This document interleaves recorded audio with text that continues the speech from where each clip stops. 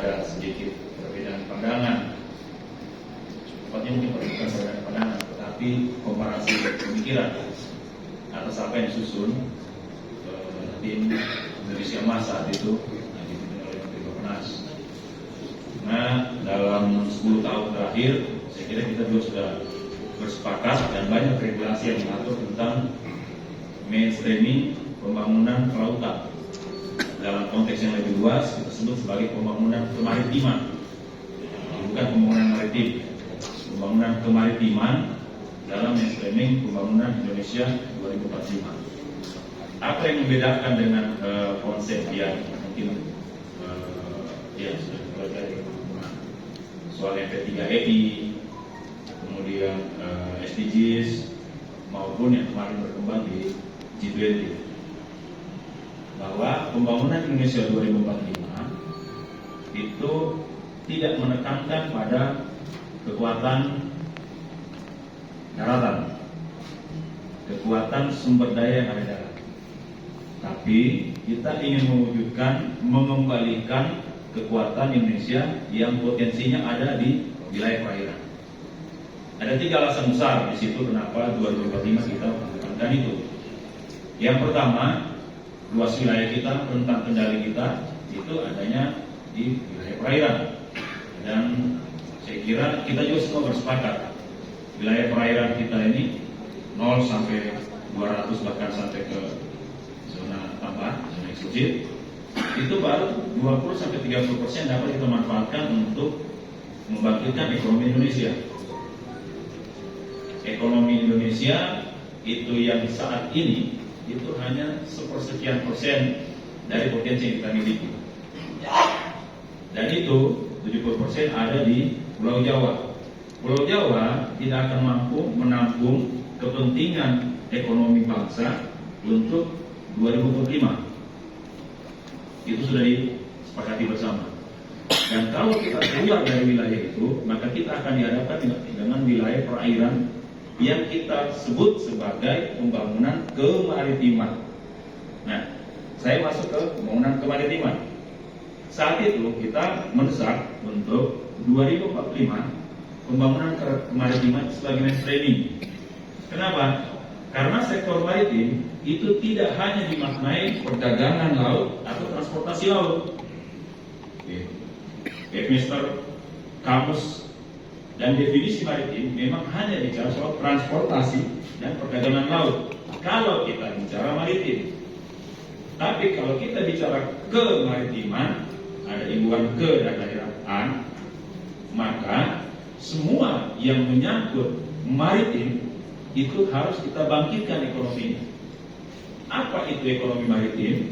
Di dalam pembahasan bahkan kita sudah launching di dalam rakor kemaritiman oleh Bapak Jokowi, kemudian ini kita sudah sepakati dengan BPS. Sektor kemaritiman itu ada 11.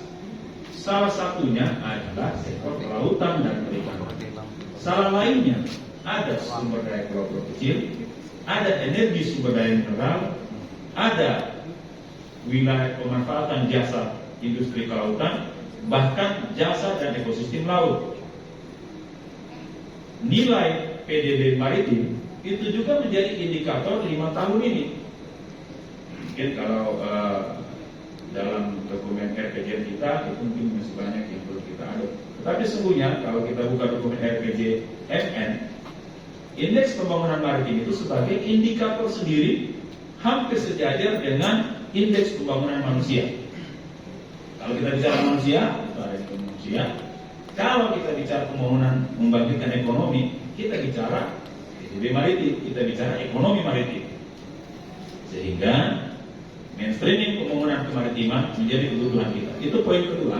Setelah kita bicara poin pertama soal wilayah, poin kedua kita bicara potensi. Kita bicara poin yang ketiga adalah tantangan global. Geostrategis wilayah saat ini di dunia sudah menempatkan Asia Pasifik sebagai wilayah yang akan menjadi pertarungan ekonomi negara-negara besar.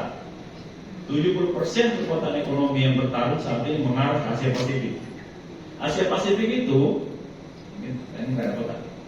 Nanti saya harap nanti Pak Armeo bisa membedah sedikit tentang Blue Citizen. Asia Pasifik itu penggerak utama ada di sumber daya laut. Tidak ada kita bicara Asia Pasifik dengan mengandalkan sumber daya daratan. Sumber daya laut di Asia Pasifik itu adanya di perairan Indonesia. Artinya bahwa poin ketiga, geostrategis wilayah Indonesia kalau mau dibangun harus menggerakkan ekonomi kemaritiman yang berbasis sumber daya laut. Sumber daya laut itu bukan cuma ikan, ada mineral di dalam, ada energi di dalam. Bahkan hari ini, kalau kita bicara jasa kelautan, konektivitas dunia, untuk kita bicara konektivitas dunia bukan cuma Asia Pasifik, konektivitas dunia itu hanya ada dua. Pertama, perdagangan laut, perdagangan darat cukup, tapi itu hanya sepertiga, menggerakkan mobilitas dari antar wilayah. Yang kedua adalah konektivitas digital, konektivitas laut dan konektivitas digital. Itulah yang akan menghubungkan semua wilayah di dunia. Konektivitas digital saat ini arusnya mengarah ke Asia Pasifik. Hampir semua, saya sampaikan saja, kita punya kabel laut di Indonesia itu ada 70.000 km yang dimiliki oleh Telkom. Dan semua Starlink, mau Google, mau data, apa saja. Bahkan kemarin itu saya dengar terakhir Telkom akan mulai membangun proyek bangunan untuk IKN. Konektivitas digital itu saat ini akan menjadi sektor ekonomi yang akan dipertaruhkan di Asia Pasifik. Komunikasi data, komunikasi layanan. Kita sekarang sudah bahkan pemerintahan kita sudah SPDE. Base-nya apa itu? Konektivitas digital. Transformasi yang terjadi saat ini mengarah ke sana semua. Nah, kalau kita bicara itu, maka ruang laut akan sangat menentukan. Karena sekali lagi, wilayah Indonesia akan bisa dibangkitkan ekonominya kalau dia terkoneksi. Kemampuan kita untuk menggerakkan ekonomi kemaritiman tadi untuk mengkoneksikan itu hanya akan melalui laut, tidak ada melalui darat. Makanya MP3I yang dicoba dibuat itu base-nya adalah koridor, itu tidak akan terlalu kuat kalau konektivitas sudah dibangun. Sulawesi di MP3I itu base-nya koridor, Jawa juga begitu. Tidak akan kuat terbangun kalau konektivitasnya tidak terbangun. Nah, poin ketiga inilah yang menurut saya Kota Bau-Bau harus menempatkan dirinya sebagai bagian dalam hak konektivitas di Indonesia.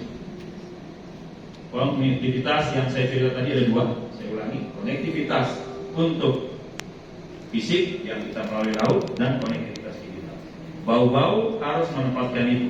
Uji cobanya adalah di RPJM 5 tahun ini. Kalau Bau-Bau bisa memerankan konektivitasnya di wilayah Sulawesi Tenggara Kepulauan, maka dia akan menjadi cikal bakal memperkuat Indonesia dalam konektivitas wilayah Indonesia Timur. Kita juga tahu bersama, kalau kita bicara sumber daya, saat ini sumber daya laut itu dari 11 wilayah penangkapan ikan, itu ada 11 wilayah, dan dari 11 wilayah itu yang dilindungi hanya satu wilayah, itu ada di WPP Laut Banda 714. Silakan Pak.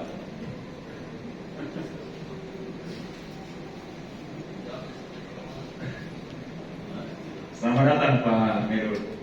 Saya lanjutkan. Sumber daya di perairan kita, kalau kita bicara perairan, itu ada di WPP. WPP itulah yang membelah perairan kita, ada 11 WPP. Dari 11 WPP di Indonesia, hanya ada satu WPP yang dilindungi. Itu di 714, di perairan Laut Banda. Artinya apa itu kalau dilindungi? Wilayah yang diprioritaskan untuk dipertahankan wilayah perairan Indonesia itu ada di 714, perairan Laut Banda. Dan pusat akumulasinya pengolahan sumber daya itu ada di Bau-Bau, ada di Pulau Buton. Nah, kalau seperti itu, maka selain bicara konektivitas dan sumber daya dalam konteks ini adalah sumber daya alam, maka perencanaan Bau-Bau harus kita sepakati untuk 20 tahun ke dua pilar ini. Kalau kedua pilar ini yang kita sepakati, maka indikator pengukurannya juga harus clear. Kalau kita bicara sumber daya atau ekosistem laut, atau konektivitas, maka ukurannya harus ada. Saya kasih contoh, mungkin ini di dokumen-dokumen perencanaan kita itu cukup banyak, tetapi yang pertama kali Indonesia membuat satu indikator pembangunan pengelolaan ruang laut dan pesisir itu baru DKI. Dia sudah masuk dalam tata ruangnya. Dia merumuskan indikator pengelolaan ruang lautnya dalam bentuk Indeks Kesehatan Laut Indonesia. IKLIM, akan di-searching. Itu adalah indikator pengelolaan ruang, bukan hanya nilai dari bersihnya laut, tapi nilai manfaat dari laut itu sudah diadopsi. Di situ ada 10 goal dan 38 variabel mengukur kesehatan laut. Itu indikator mengelola ruang laut. Nah, kembali ke RPJP dan RPJM bau-bau, saya kira kedua pilar tadi yang saya sampaikan, konektivitas dan sumber daya, itu harus benar-benar kita letakkan dengan memiliki ukuran yang tepat, ukuran yang kita sepakati. Terakhir, saya kira saya tidak akan berpanjang lebar. Tugas saya membuka konsultasi publik ini dengan mengucapkan Bismillahirrahmanirrahim. Konsultasi publik tahap 1, rancangan awal rencana pembangunan jangka panjang daerah 20 tahun, Kota Bau-Bau 2025-2045, saya nyatakan dibuka dengan resmi. Dengan harapan apa yang kita rumuskan di dalam dokumen ini tidak hanya ternarasi secara bagus dan normatif, tetapi dia memiliki nilai dan memiliki roh dari setiap ruang wilayah di Kota Bau-Bau. Saya kira barangkali yang dapat saya sampaikan. Terima kasih, mohon maaf kalau ada yang kurang tepat dalam penyampaian saya. Saya akhiri, billahi taufiq wal hidayah. Wassalamualaikum.